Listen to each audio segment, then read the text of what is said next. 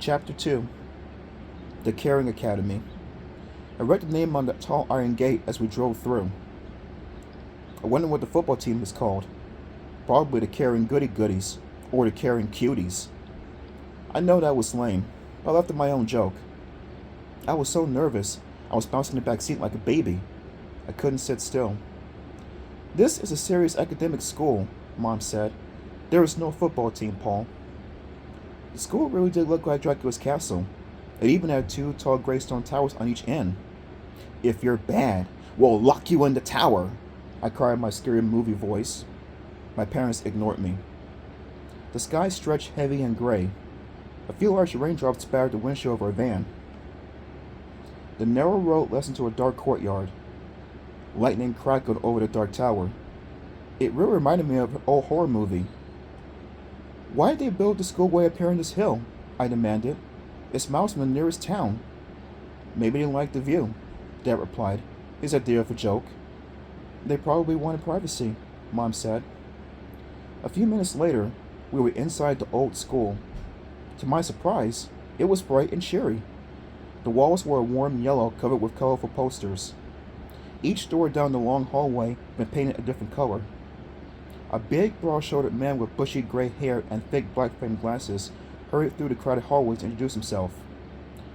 I'm Mr. Klain, the Dean of Students, he boomed. Let me help you with those bags. Under his woolly white sweater, he had bulging biceps and an enormous chest. He looked like a middle-aged Clark Kent. He picked up my heavy trunk in one hand and led us to my room.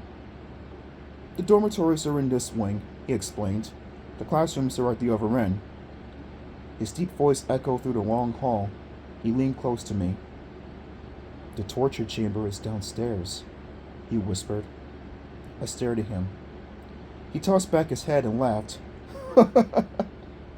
Be careful, Paul, he warned. Your fellow students are all so smart and sharp, and they love playing tricks on a new kid. As we made our way down the hall, I checked out the kids. They all appeared perfectly normal. A lot of baggy jeans and khakis, t-shirts, pullover sweaters, unbuttoned vests, Tommy Hilfiger and the Gap. No different from the kids in my old school. What'd you expect, Paul? I asked myself. Everyone walking around in the Beethoven shirts, reading from encyclopedias as they walked through the halls. We turned to another long hall. Mom and Dad followed behind Mr. Klain and me, carrying my stuff. We passed an office door marked Caring Academy Headmistress. You'll meet her later, Mr. Klain said. Students scurried out of his way. He carried my huge trunk as if it were a lunchbox. As we approached, a short, squat, weird-looking kid backed into a doorway. He had a round, pale face, tiny black eyes, and straight, slicked-down black hair parted in the middle. He reminded me of a mole, one of those lumpy pink animals that lives on the ground. What are you doing here, Marv? Mr. Klain snapped at him. Before the boy could answer, Mr. Klain gave him a push. Get going now. You know you don't belong over here. The boy mumbled something under his breath. He slumped away. He had a funny, shuffling walk. He looked like a bowling ball on legs. Mr. Klain watched the boy until he vanished around the corner.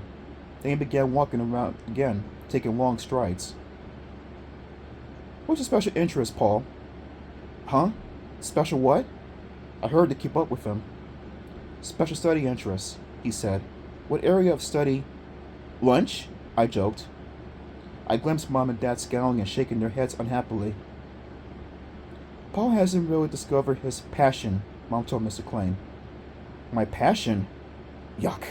I wanted to throw up. Mr. Klain nodded. We have a very talented student body here, Paul, he said. Wonderful kids. Wonderful. My only complaint about them is that they study too hard. Oh, great, I thought sarcastically. Just my kind of place. Am I doomed, or am I doomed? Here is your room, Mr. Klain announced, pushing open the blue door. We stepped into a small, bright room with two beds, two dressers, two desks, and a small red leather couch. You'll be sharing the room with a nice boy named Brad Gipperton, Mr. Klain announced. He dropped the trunk onto the bed against the far wall. Brad's practicing his violin now. He'll be up when he's finished. A lovely room, Mom commented, walking around. And you have a roommate, Paul. Isn't that lucky? Do you play an instrument? Mrs. Klein asked me. I shook my head. I tried playing a harmonica once, but I swallowed it. Mr. Klein laughed. My first laugh of the day. Unfortunately, this time I wasn't joking. Outside the narrow window, lightning flickered. A boom of thunder shook the room. Mom and Dad started to unpack my things. Mr. Klein studied me through his thick black framed glasses. It's hard starting a new school in November, he said, but you'll catch up.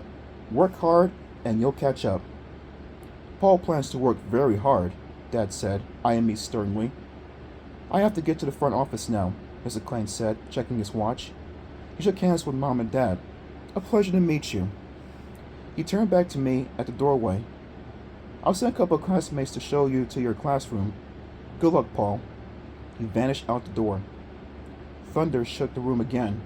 The lights flickered but didn't go out. The next half hour flew by. We unpacked my stuff.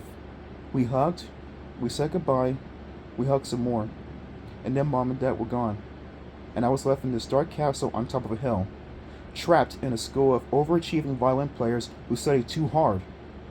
I suddenly thought about Harold, my poor parent, all alone at home with no one to teach him new funny things to say. Ron, don't do your work. Teacher's a jerk. I did my best Harold imitation. I sounded just like him. I heard giggling, spun around, and saw two girls in the doorway. I was doing a parrot, I explained. I could feel my face turning red hot. I knew I was blushing. I'm Celeste Majors, one of them said. She was short with piles of curly blonde hair and lots of freckles. Her green eyes sparkled behind round, wire-rimmed glasses. Celeste was a purple person. Purple turtleneck sweater, purple jeans, and purple Doc Martens. The other girl introduced herself as Molly Bagby. She was tall and very thin, with long straight black hair and black bangs that fell down over her eyes. Molly wore jeans too, black with a hole in each knee, and a red sweatshirt under a black leather vest. 3 small silver hoop earrings dangled from one ear.